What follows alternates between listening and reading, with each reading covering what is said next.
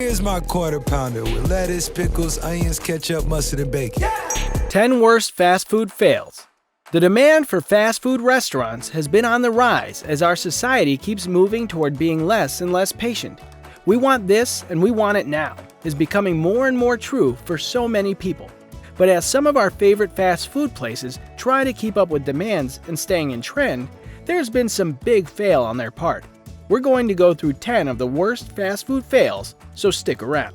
Hey, hey, hey, put some gold in your day. 1. McDonald's Pineapple Burger. The Pineapple Burger from McDonald's was created in the 1960s as an attempt to adhere to the needs of those that are Catholic and do not eat meat on Fridays. This burger had a slice of pineapple that was grilled as well as a slice of cheese on a bun. Around the same time, McDonald's Filet-O-Fish was also created. These two sandwiches went head-to-head, and it was clear that the Filet-O-Fish was doing much better than the Hula Burger, as they called it. During this time, other fast food restaurants were also trying to come up with alternatives for the American Catholic community. If it's square, it's fish. If it's round, it's a burger. 2. Taco Bell Seafood Salad. As an attempt to compete with the success of the McDonald's Filet-O-Fish sandwich, Taco Bell created their seafood salad. This food item was a base of your usual salad vegetables and then topped with shrimp, fish, and crab. Honestly, we're not sure who approved this idea. Who would want to go to a Mexican-themed restaurant for a seafood salad? A better option would have been a fish taco, but that ship had already sailed. The seafood salad wasn't available for long, as most would have expected. It was hard for Taco Bell to have the seafood salad take off because they were constantly under scrutiny for their beef products.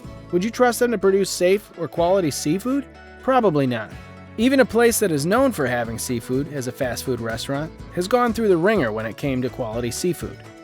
Well, that's hardly the image we want for Long John Silver's. 3. Long John Silver's Big Catch Meal. Long John Silver released its Big Catch Meal, which included fried fish, hush puppies, and onion rings. The Long John Silver Big Catch Meal was marketed as 3 times bigger, but they never explained what it was 3 times bigger than. According to Long John Silver's executive Charles St. Clair at a press conference, it's the largest fish we've offered, weighing in at 7 ounces to 8 ounces of 100% premium haddock caught in the icy waters of the North Atlantic.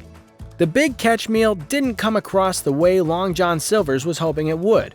It received a lot of scrutiny, especially after the nutritional facts were released and shared. The Center of Science in the Public Interest, or CSPI, has done some laboratory tests that essentially ruined any chance of the Big Catch Meal doing well. After the tests, they found out that the whole meal contained 33 grams of trans fat. This is the amount of trans fat a person should eat in 2 weeks. Trans fat is the most powerful promoter of heart disease. Although the meal had only 1,320 calories, it was considered the worst restaurant meal in America by CSPI. If you were to take the breading off the fish, you could see that the size of the actual fish piece wasn't nearly as big as Long John Silver's had advertised. Most of the piece of cooked fish was breading.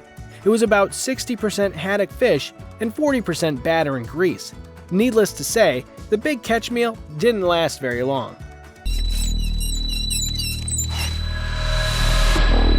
4. Burger King's Halloween Whopper.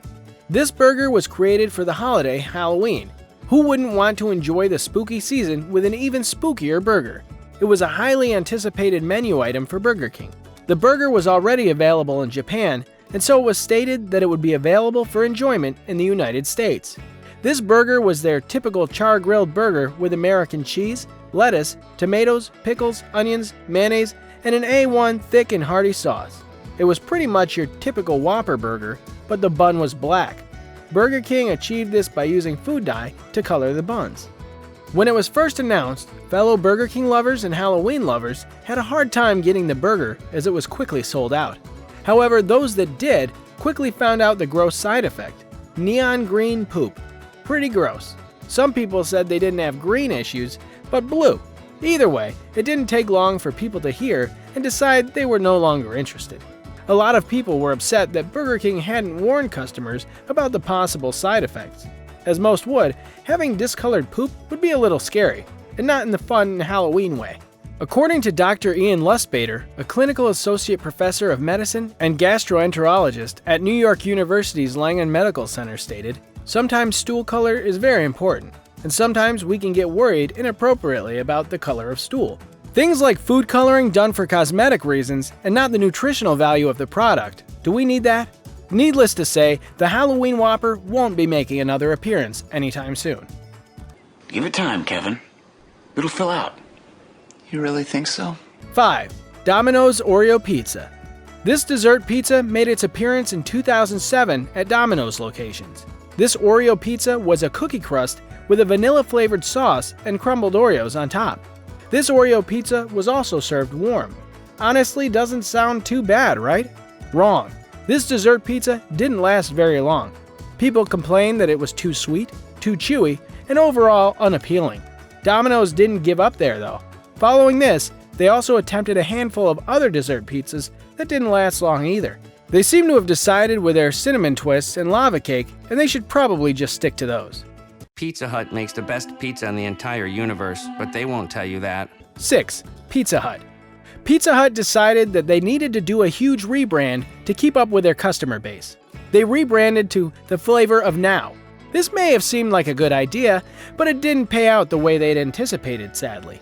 They noticed that the millennial generation was wanting more organic-based, all-natural, healthy products.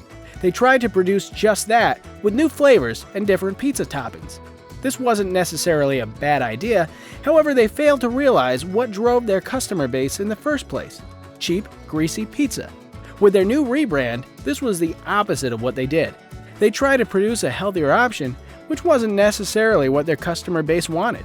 Sadly enough, this was the biggest rebranding they had done yet, and it didn't pan out well for them. Since then, Pizza Hut has recovered and gone back to the cheap, greasy pizza, which does them better than their Flavor Now idea. But you've never had pizza so good, so fast. 7. McDonald's Pizza.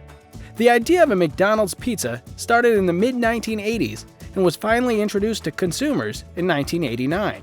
They wanted to ensure they had the best recipe possible, and according to them, they did. They had 2 different sizes available and lots of toppings to choose from. Typically, when you think of McDonald's, you think of burgers, fries, and the iconic Big Mac. That is one reason why this was not only a shock to consumers, but why it cost them more money than it probably produced. The McPizzas, as they soon got nicknamed, were a seeming hit. They were available in 2,000 stores by the late 90s. Because the franchise was doing pretty well, they had the money to make these investments needed to ensure the pizza would be as successful as possible. To start, all of the kitchens wanting to produce the pizzas had to get new ovens. They needed specific kitchen equipment to make sure they would bake the pizzas correctly. These ovens were able to cook the pizza from frozen to fully baked in about 6 minutes. This was pretty quick compared to other pizza places, however, this still was an issue for McDonald's, specifically for their drive-thru.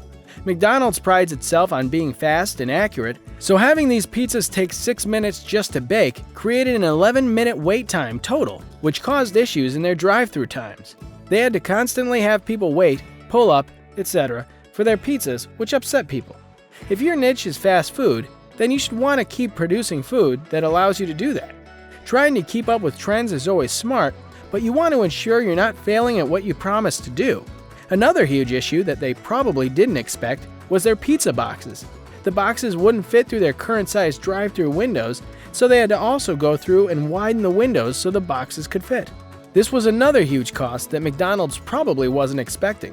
The pizza was more of a strategy to try to get more business in the dinner hours. They were seemingly doing extremely well during breakfast time, and their breakfast sales were good. However, they decided that they would need to be more of a competition to more places than just burger joints. The pizza was just one of the items that went into this strategy, the other being some pasta dishes. It's kid love, mom approved. 8. McDonald's Pasta. Like the pizza, no one ever thought that McDonald's would attempt to sell pasta dishes. McDonald's sold spaghetti, Alfredo, and lasagna.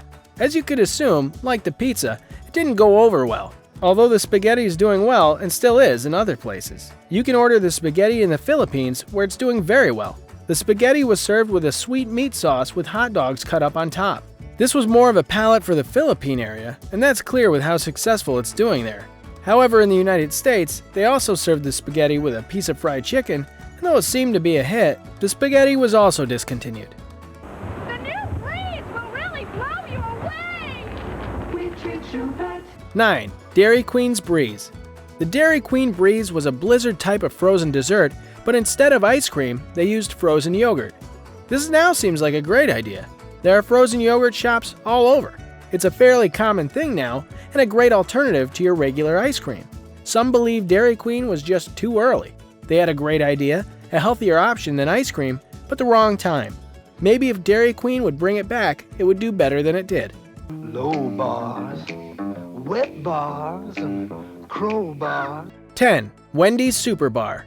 Yes, a super bar as in a buffet. In the 90s, Wendy's had a buffet where they have salad, pasta, and Mexican foods to choose from. Though this is about fast food fails, this super bar was successful. At the time, Wendy's only charged $2.99, which today would be around $5.